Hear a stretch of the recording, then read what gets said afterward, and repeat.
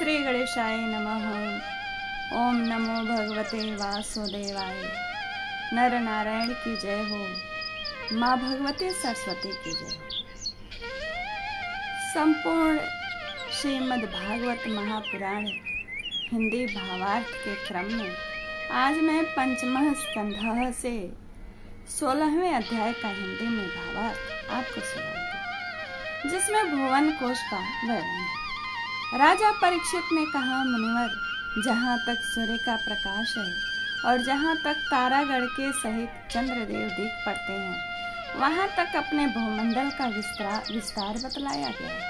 उसमें भी आपने बतलाया कि महाराज प्रियव्रत के रथ के पहियों की 7 लीकों से 7 समुद्र बन गए थे, जिनके कारण इस भूमंडल में 7 द्वीपों का विभाग हुआ। अतः भगवान, अब मैं इन सब का परिमाण यानी नाप और लक्षणों के सहित पूरा विवरण जानना चाहता हूँ, क्योंकि जो मन भगवान के इस गुण में स्थूल विग्रह में लग सकता है, उसे का उनके वासुदेव संज्ञक स्वयं प्रकाश निर्गुण ब्रह्म रूप स्वक्षतम स्वरूप में भी लगना संभव है। अतः गुरुवर, इस विषय का विशद रूप से वर्णन करने की कृपा कीजिए। कहने का तात्पर्य यह है कि राजा परीक्षित ये जानना चाहते हैं कि जो विश्व की संरचना है वह क्या है। वह भगवान का ही स्वरूप है, उसमें मन लगेगा तो भगवान में भी मन लगेगा। श्री सुखदेव जी कहते हैं, महाराज, भगवान की माया के गुणों का इतना विस्तार है कि यदि कोई पुरुष देवताओं के समान आयु पाले तो भी मन या वाणी से इसका अंत नहीं पा सकता। इसलिए हम नाम रूप परिणाम और लक्षणों के द्वारा मुख्य बातों को लेकर ही इस भूमंडल की विशेषताओं का वर्णन करेंगे। यह जम्बूद्वीप जिसमें हम रहते हैं, भूमंडल रूप कमल के कोश स्थानीय जो 7 द्वीप हैं, उनमें सबसे भीतर का कोश, इसका विस्तार 1 लाख योजन है और यह कमल पत्र के समान गोलाकार है। इसमें 9-9 हजार योजन विस्तार वाले 9 वर्ष हैं, जो इनके सीमाओं का विभाग करने वाले 8 पर्वतों से बटे हुए हैं। इनके बीचों बीच इलावृत नाम का 10वां वर्ष है, जिसके मध्य में कुल पर्वतों का राजा मेरु पर्वत है। वह मानव भूमंडल रूप कमल की कर्णिका ही है। वह ऊपर से नीचे तक सारा का सारा स्वर्णमय है और 1 लाख योजन ऊंचा है। उसका विस्तार शिखर पर 32,000 और तलैटी में 16,000 योजन है तथा 16,000 योजन ही वह भूमि के भीतर घुसा हुआ है, अर्थात भूमि के बाहर उसकी ऊंचाई 84,000 योजन है। इलावर्ष के उत्तर में क्रमशः नील, श्वेत और सिंहवान नाम के 3 पर्वत हैं, जो रम्य, हिरणमय और कुरु नाम के वर्षों की सीमा बांधते हैं।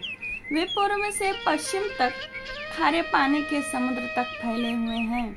उनमें से प्रत्येक की चौड़ाई 2000 योजन है तथा लंबाई में पहले की अपेक्षा पिछला क्रमशः दशमांश से बहुत कुछ अधिक कम है। चौड़ाई और ऊंचाई तो सभी की समान है। इसी प्रकार इलाव्रत के दक्षिण की ओर एक के बाद एक निषद हेमकूट, हिमालय नाम के 3 पर्वत हैं। नीलादि पर्वतों के समान ये भी पूर्व पश्चिम की ओर फैले हुए हैं और 10-10 हजार योजन ऊंचे हैं। इनसे क्रमशः हरिवर्ष, किमपुरुष और भारतवर्ष की सीमाओं का विभाग होता है। इलावृत के पूर्व और पश्चिम की ओर उत्तर में नील पर्वत और दक्षिण में निषद पर्वत तथा तक फैले हुए गंधमादन और माल्यवान नाम के 2 पर्वत हैं। इनकी चौड़ाई 2-2 हजार योजन है और ये भद्राशो एवं केतुमाल नामक 2 वर्षों के सीमा से निश्चित करते हैं। इनके सिवा मंदर, मेरु मंदर, सुपार्श्व और कुमुद ये 10-10 हजार योजन ऊंचे हैं और उतने ही चौड़े पर्वत मेरु पर्वत की आधारभूता यूनियों के समान बने हुए हैं। थूनियों के समान आधारभूता, जैसे थूनी होती है ना, खंभा बोलते हैं, बने हैं। इन चारों के ऊपर इनकी ध्वजाओं के समान क्रमशः आम, जामुन, कदम और बड़ के 4 पेड़ हैं। इनमें से प्रत्येक 1100 योजन ऊंचा है वे पेड़। और इतना ही नहीं, इनकी शाखाओं का विस्तार, इनकी मोटाई 100 योजन है। भरत श्रेष्ठ, इन पर्वतों पर 4 सरोवर है जो क्रमशः दूध, मधु, ईख के रस और मीठे जल से भरे हुए हैं।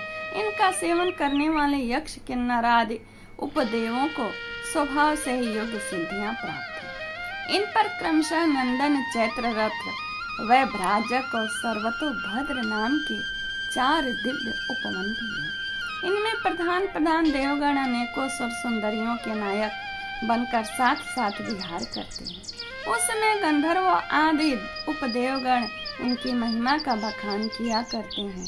मद्राचल की गोदी में जो 1100 योजन ऊंचा देवताओं का आम्र वृक्ष है, उससे गिरि शिखर के समान बड़े बड़े और अमृत के समान स्वादिष्ट फल गिरते हैं। वे जब फटते हैं तब उनसे बड़ा सुगंधित और मीठा लाल लाल रस बहने लगता है। वही अरुणोदा नाम की नदी में परिणत हो जाता है वह फल का रस। यह नदी मंदराचल के शिखर से गिरकर अपने जल से ईलावृत वर्ष के पूर्वी भाग को सींचती है। श्री पार्वती जी की अनुचरी यक्ष पत्नियां इस जल का सेवन करती हैं। इससे उनके अंगों से ऐसी सुगंध निकलती है कि उनसे स्पर्श करके बहने वाली वायु उनके चारों ओर 10-10 योजन तक सारे देश को सुगंध से भर देती है। इसी प्रकार जामुन के वृक्ष से हाथी के समान बड़े बड़े प्रायः बिना गुठली के फल गिरते हैं। बहुत ऊंचे से गिरने के कारण वे फट जाते हैं। उनके रस से जम्बू नदी का प्रकट होती है और जो मरुम मंदन पर्वत के 10,000 योजन ऊंचे शिखर से गिरकर इलावृत के दक्षिण भूभाग को सींचती है। इस नदी के दोनों किनारों की मिट्टी उस रस से भीगकर जब वायु और सूर्य से संयोग से सूख जाती हैं, तब वही देवलोक को विभूषित करने वाला जम्बू नद नाम का सोना बन जाता है। इसे देवता और गंधर्व आदि अपने तरुण स्त्रियों के सहित मुकुट, कंकड़, करधनी आदि आभूषणों के रूप में धारण करते हैं। सुपार्श्व पर्वत पर जो विशाल कदम वृक्ष है, उसके 5 कोटरों से मधु की 5 धाराएं निकलती हैं। उनकी मोटाई 5 पुर से जितनी है। ये सुपार्श्व के शिखर से गिरकर इलावृत वर्ष के पश्चिमी भाग में अपनी सुगंध से सुवासित करते हैं। जो लोग इनका मधुपान करते हैं, उनके मुख से निकली हुई वायु अपने चारों ओर 100 योजन इसकी महक फैला देती है।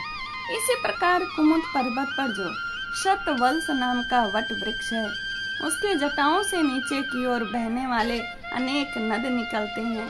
वे सब इच्छा अनुसार भोग देने वाले हैं।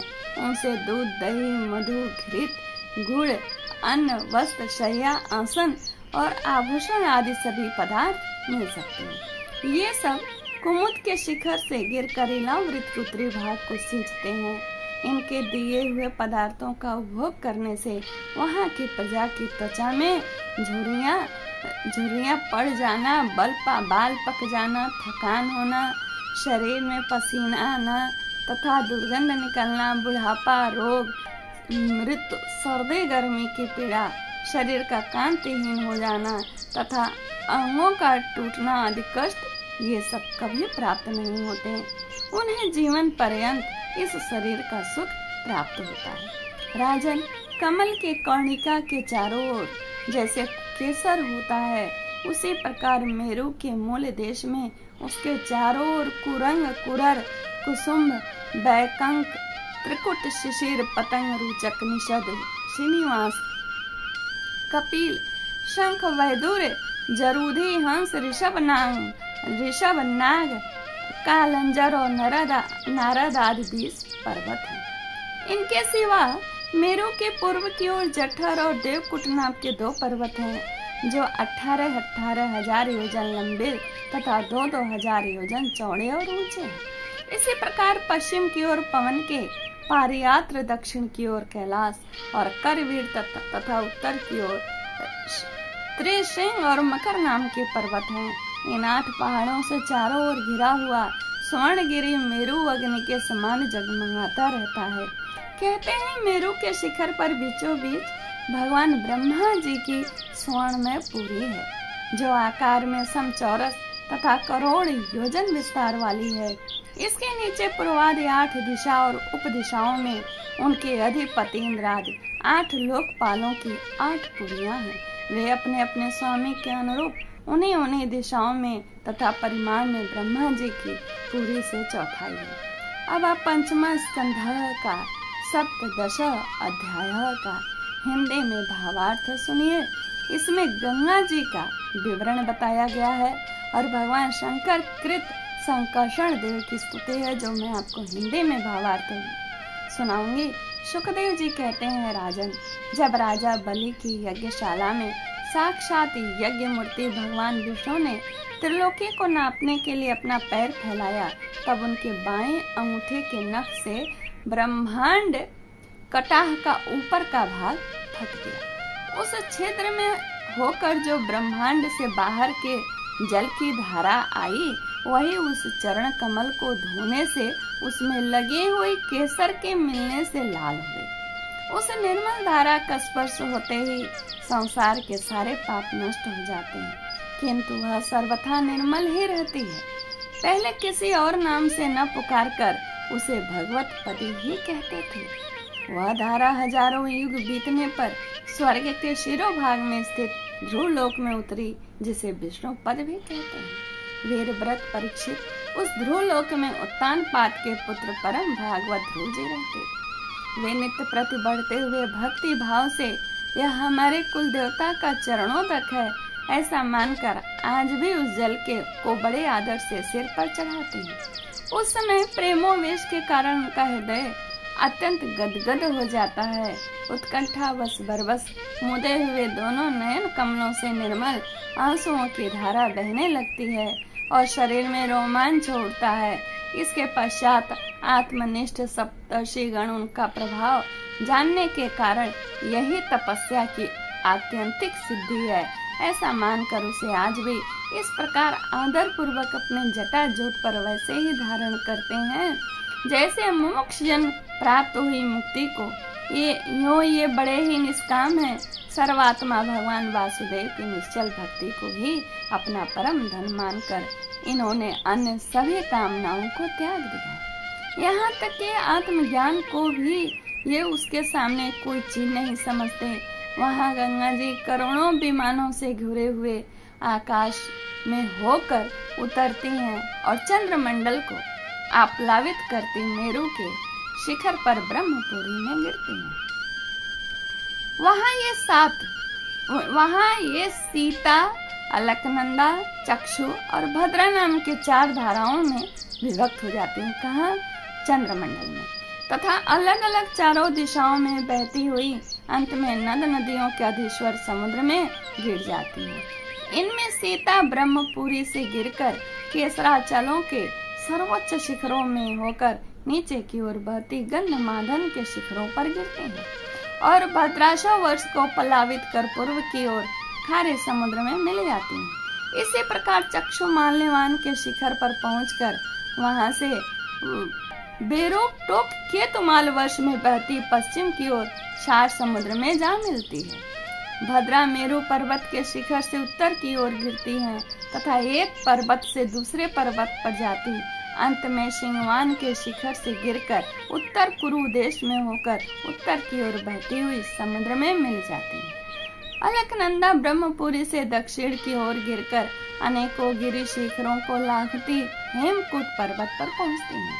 वहां से अत्यंत तीव्र वेग से हिमालय के शिखरों को चिरती हुई भारतवर्ष में आती हैं और फिर दक्षिण की ओर समुद्र में जा मिलती हैं। इसमें स्नान करने के लिए आने वाले पुरुषों को पद पद पर अश्वमेध और राजसी आदि यज्ञों का फल भी दुर्लभ नहीं है। प्रत्येक वर्ष में मेरु आदि पर्वतों से निकली हुई और भी सैकड़ों नद नदियां हैं। इन सब वर्षों में भारतवर्ष ही कर्म भूमि है। शेष 8 वर्ष तो स्वर्गवासी पुरुषों के स्वर्ग भोग से बचे हुए पुण्यों को भोगने के स्थान है। इसीलिए इन्हें भूलोक के स्वर्ग भी कहते हैं। वहाँ के देवतुल्य मनुष्यों की मानवीय गणना के अनुसार 10,000 वर्ष की आयु होती है। उनमें 10,000 हाथियों का बल होता है तथा उनके वज्र सदृश सुदृढ़ शरीर में जो शक्ति, यौवन और उल्लास होता है, उनके कारण वे बहुत समय तक मैथुन आदि विषय भोगते रहते हैं। अंत में जब भोग समाप्त होने पर उनकी आयु का केवल 1 वर्ष रह जाता है, तब उनकी स्त्रियां गर्भ धारण करती हैं। इस प्रकार वहाँ सर्वदा त्रेता युग के समान समय बना रहता है। वहाँ ऐसे आश्रम, भवन और वश पर्वतों की घाटियां हैं, जिनके सुंदर वन उपवन सभी ऋतुओं के फूलों के गुच्छे, फल और नूतन पल्लों की शोभा के भार से झुकी हुई डालियों और लताओं वाले वृक्षों से सुशोभित हैं। वहाँ निर्मल जल से भरे हुए ऐसे जलाशय भी हैं, जिनमें तरह तरह के नूतन कमल खिले रहते हैं। उन कमलों की सुगंध से प्रमुदित होकर राजहंस, जल मुर्ग, कारंडो, सारस और चकवा आदि पक्षी मतवाले भौरे मधुर मधुर गुंजार करते हैं। इन आश्रमों, भवनों, घाटियों तथा जलाशयों में वहाँ के देवेश्वर गण परम सुंदरी देवांगनाओं के साथ उनके कामोन्माद सूचक हास विलास और लीला कटाक्षों से मन और नेत्रों के आकृष्ट हो जाने के कारण जल क्रीड़ा आदि नाना प्रकार के खेल करते हुए स्वच्छंद विहार करते हैं तथा उनके प्रधान अनुचरगण अनेक प्रकार की सामग्रियों से उनका आदर सत्कार करते हैं। इन 9 वर्षों से परम पुरुष भगवान नारायण वहाँ के पुरुषों पर अनुग्रह करने के लिए इस समय भी अपनी विभिन्न मूर्तियों से विराजमान रहते हैं। इलावृत वर्ष में एकमात्र भगवान शंकर ही पुरुष है। श्री पार्वती जी के शाप को जानने वाला कोई दूसरा पुरुष वहाँ प्रवेश नहीं करता, क्योंकि वहाँ जो जाता है वही स्त्री रूप को हो जाता है। इस प्रसंग का हम आगे बता रहे हैं परीक्षित जी। 9वें स्कंद में हम वर्णन करेंगे। वहाँ पार्वती एवं उनके अरबों खरबों दासियों से सेवित भगवान शंकर परम पुरुष परमात्मा की वासुदेव, प्रद्युम्न, अनिरुद्ध और संकर्षण संयज्ञ चतुर्व्यूह मूर्तियों में से अपनी कारण रूपा संकर्षण नाम की तमः प्रधान चौथी मूर्ति का ध्यान स्थित मनोमय विग्रह के रूप में वे चिंतन करते हैं और इस मंत्र का उच्चारण करते हुए इस प्रकार उनकी स्तुति करते हैं। भगवान शंकर कहते हैं, ओम, जिनसे सभी गुणों की अभिव्यक्ति होती है, उन अनंत और अव्यक्त मूर्ति ओंकार स्वरूप परम पुरुष श्री भगवान को मेरा नमस्कार है। भजनीय प्रभु आपके चरण कमल भक्तों को आश्रय देने वाले तथा अपना स्वयं संपूर्ण ऐश्वर्यों के परम आश्रय हैं। भक्तों के सामने आप अपना भूत भावन स्वरूप पूर्णतया प्रकट कर देते हैं तथा उन्हें संसार बंधन से भी मुक्त कर देते हैं, किंतु अभक्तों को उस बंधन में डालते रहते हैं। आप ही सर्वेश्वर हैं और मैं आपका भजन करता हूँ। प्रभु, हम लोग क्रोध के आवेग को नहीं जीत सकते तथा हमारी दृष्टि तत्काल पाप से लिप्त हो जाती है, परंतु आप तो संसार का नियम पालन करने के लिए निरंतर साक्षी रूप से उसके सारे व्यापार को देखते रहते हैं तथा आप हमारी तरह आपकी दृष्टि पर उन मायिक विषयों तथा चित्त की वृत्तियों का नाम मात्र का कोई प्रभाव नहीं पड़ता। ऐसी स्थिति में अपने मन को वश में करने की इच्छा वाला कौन पुरुष आपका आदर नहीं करेगा। आप जिन पुरुषों को मधु आशावाद पाने के कारण अरुण नयन और मत वाले जान पड़ते हैं, वे माया के वशीभूत होकर ही ऐसा मिथ्या दर्शन करते हैं तथा आपके चरण स्पर्श से ही चित्त चंचल हो जाने के कारण नाग पत्नियां लज्जावश आपकी पूजा करने में समर्थ हो जाती हैं। वेद मंत्र आपको जगत की उत्पत्ति, स्थिति और लय का कारण बताते हैं, परंतु आप स्वयं इन तीनों विकारों से रहित हैं, इसलिए आपको अनंत कहते हैं। महाराज भगवान, आपके पास सहस्त्र मस्तकों पर यह भूमंडल सरसों के दाने के समान रखा हुआ है। आपको तो यह भी नहीं मालूम होता है कि वह कहाँ स्थित है, जिनसे उत्पन्न हुआ मैं अहंकार रूप अपने त्रिगुण में तेज से देवता, इंद्रिय और भूतों की रचना करता हूँ। वे विज्ञान के आश्रय भगवान ब्रह्मा जी भी आपके ही महत तत्व संयज्ञ प्रथम गुण में स्वरूप है। महात्मन, महत तत्व, अहंकार, इंद्रियाभिमानी देवता, इंद्रियां और पंचभूत आदि हम सभी डोरी में बंधे हुए पक्षी के समान आपकी क्रिया शक्ति के वशीभूत रहकर आपकी ही कृपा से इस जगत की रचना करते हैं। सत्वाद गुणों की दृष्टि से मोहित हुआ यह जीव आपकी ही रची हुई तथा कर्म बंधन से बांधने वाली माया को कदाचित जान भी लेता है, किंतु उनसे मुक्त होने का उपाय उसे सुगमता से नहीं मालूम होता है। इस जगत की उत्पत्ति और प्रलय भी आपके ही रूप हैं। ऐसे आपको मैं बार बार नमस्कार करता हूँ।